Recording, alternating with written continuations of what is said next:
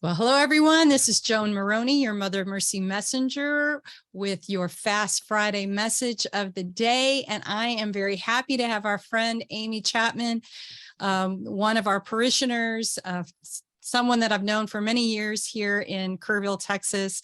Actually, she, this last year with the little flowers, you might have seen, we had a story with her of how she was using, but how the little flowers, which are like little Girl Scouts in the parish, were helping spread the news about the Feast of Divine Mercy.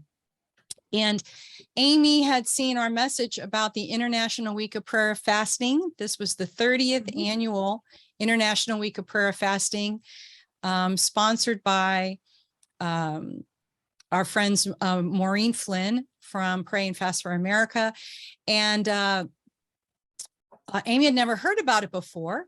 And so it took place this year from October 1st through October 9th. So we just finished last Sunday, and she texted me to tell me a little bit about how her week went. And I invited her to join us today to share with us her story. So Amy, thanks for joining us. How did it go? Yeah, a whole week of fasting and praying. And it was interesting. I'm a nutritionist by training, so I'm a registered dietitian. And so you'd think just that alone should make me like the absolute best at this, kind of the horse leading out of the gate. I found it a challenge nonetheless. And I learned that you need to be flexible when you're fasting and also have a plan, and that really helps. And what I also learned was, even though some days were tougher than others, God still listened and answered prayers. And so, yeah, you had mentioned this to me. I'd never heard of it before. You told me, well, just try it and tell me what happens. And I was like, okay, I'll do that. And I was just expecting it to be, like a week of fasting and that's it, and saying something like that and kind of end of story. But when I started looking at things, it's a big story, and just lots of blessings and graces came from it. So one of the things that I did right at the beginning was, I also had heard a recommendation about praying for the Holy Spirit to show you your kind of flaws and defects so you can work at being a better person. What a great idea. So I prayed that prayer with a lot of confidence, and lo and behold, if that prayer wasn't answered, and I saw these things inside myself that I needed to improve, and that was kind of hard to look at, and also a blessing, because the blind spots were out of the way, and I was really grateful for that. But it was just kind of head spinning and mind boggling as well. So where do I go with all of this, and how does Divine Mercy play into all of that? Well, here's something that was happening at the same time. My husband and I were thinking about getting a different house here in town, and it's a beautiful house, and our house is nice too, but it's not like it was a fancier house, and it's not like it's a house that we'd make a lot of money on, and you could just throw it into a nest egg somewhere. And started wondering, why are we looking at this other house? And then, my husband made a few comments that just were like, why? I wonder why we're doing this. And I'm wondering, are we moving to this house? Is this really something we want to do? Or is there something kind of underneath all of that? And, I was like, is this like a head issue or a heart issue? And I was like, I think it's something with the heart. And so a lot of conversation came out of that. And lo and behold, like, when I've been married almost 27 years now. So there's all these little things that can kind of fester and sit inside, with your spouse or whatever. And the Holy Spirit just did a mighty work between the two of us, and just took all this stuff up to the surface and just purged it, popped it like a pimple, to use an ugly analogy. Just so much healing happened. And of course, this is all new to us and fresh to us. So, and this is my first time telling this, but at the same time, it's like all these blessings, just tremendous blessings. And I'm so grateful. I can't even tell you.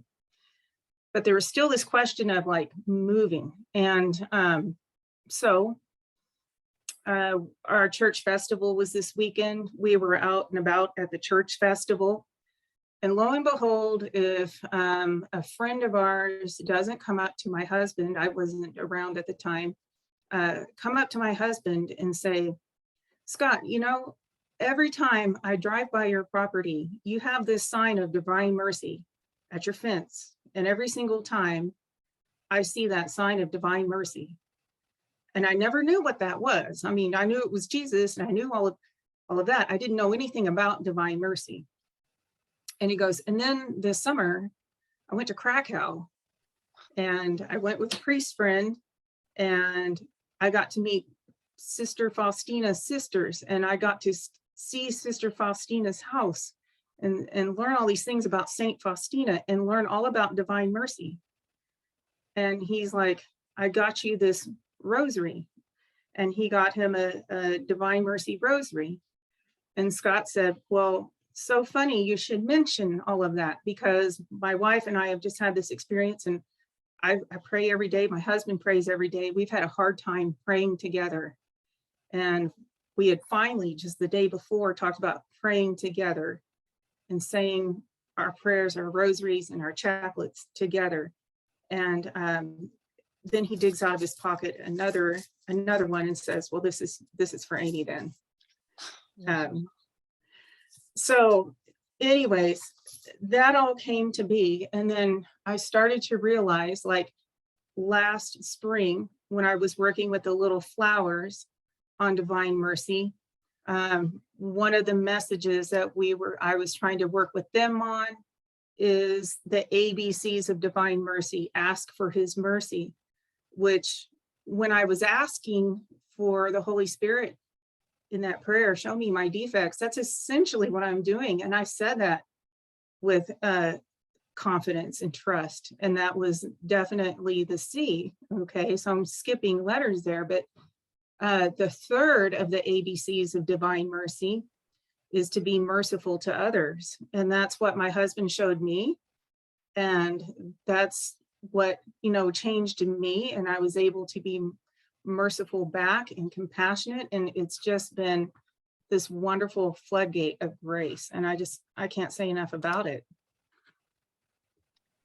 So you think you definitely see the correlation between all the efforts you made to fast during this particular week?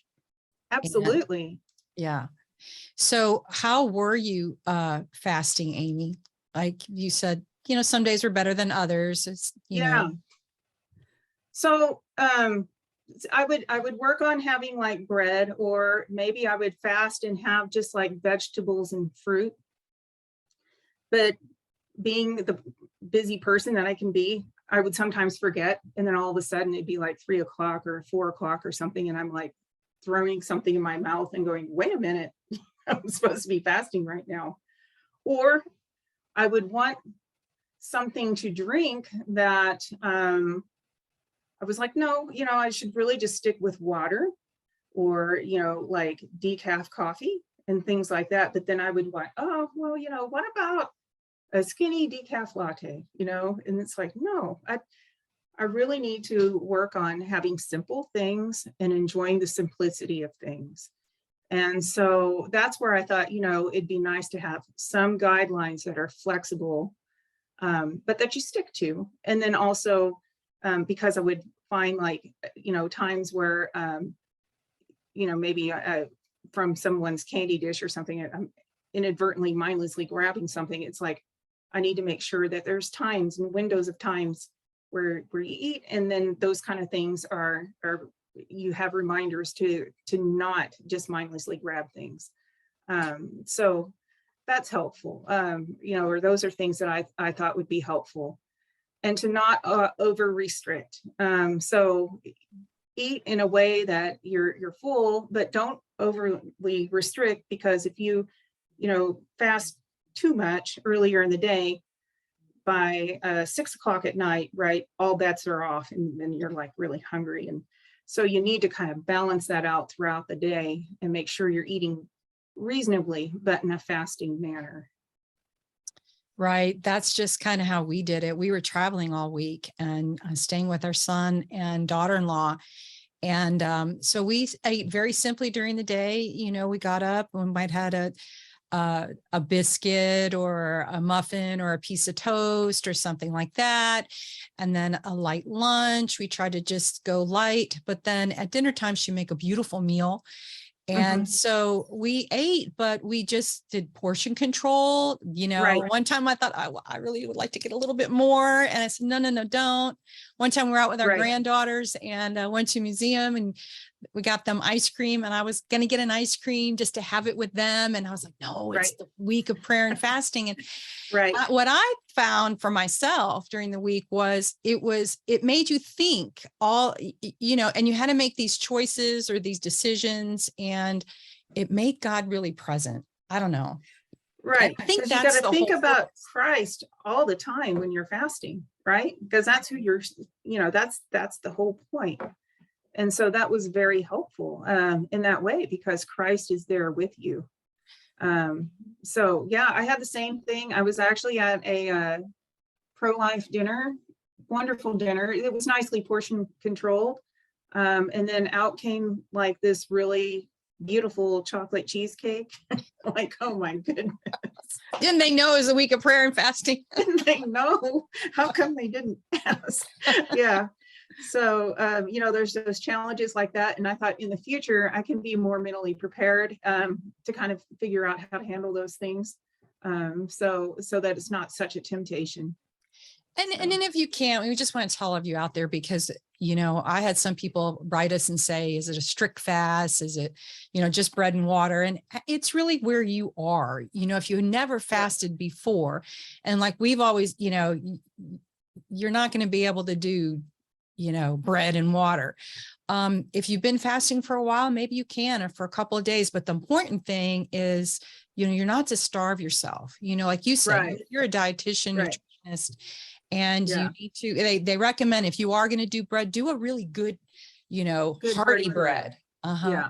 So Yeah, I'd recommend that too. And then, you know, of course, being a dietitian, I think about everybody's health conditions. So it's like, right. make sure you stick with that too, and that you're not, you know, like if you're diabetic, that you're not eating so much bread that it runs your blood sugars amok. There's other changes you can make, you know, like you could have a Daniel fast where it's vegetables and things like that, as long as that doesn't bring the blood sugar down or something. But yeah, just to kind of strike that balance and keep your health going and your energy going. You know, we should have you important. back on another you know, another Fast Friday, specifically on some of those things. I think, you know, for people with health, what you can recommend, but we'll do that another time. Amy, Yeah. do you think that this week will help you in the future with fasting? I do, because in the past, I've always I've tried to fast on Fridays, or I have fasted on Fridays. It hasn't been every Friday. And then same thing, like I know like sometimes Wednesdays can be a day that people fast. But again, it hasn't been every Wednesday. But after this week, I'm like convinced that I am going to do some sort of fasting every Wednesday and Friday, and just make that a pattern in my life. And make that a prayer, because fasting is, to me, a unique form of prayer. Or you're praying along with it while you're doing it. So I definitely want to keep doing this. Yeah, it's been a really interesting, eye-opening experience. Awesome. It's great. Well, really, thanks for your time. Thanks for sharing. I'm glad the Lord has blessed you and Scott and your family, and we'll help you in this decision that you guys need to make. And we've heard this before from other people too, you know, so we just encourage all of you out there, again, jump in with fasting, encourage others, you know, team up. I think if you know, my husband and I help each other, because we'll look at it's Fast Friday, and that's why we have these Fast Friday messages to go out to help everybody stick to it and do the best that they can. And yeah, well, and I've been able to tune into some of your links, and I have learned from some of your Fast Friday links that I've been able to access. So keep it up. well, we're trying. Yeah. All righty. Well, everybody, it's Friday. let's see, what is the date tomorrow? It's October. Today's the 13th. We're filming this. Tomorrow is the 14th. So continue. This is a beautiful month of grace, this month of October. And we hope that you had a wonderful week of prayer and fasting. Share your stories with us. Give me a call, send me an email. And if you want to share your story, we'd love to hear it. So Amy, thanks. Like I said, we will have you back. Maybe All one day right. to share some more on the nutritional side, what you Okay. can recommend for people. Well, Sounds God bless good. you all. Have a great day. Have a great Fast Friday. God bless you, and God bless America because of you. Joan Maroney signing off.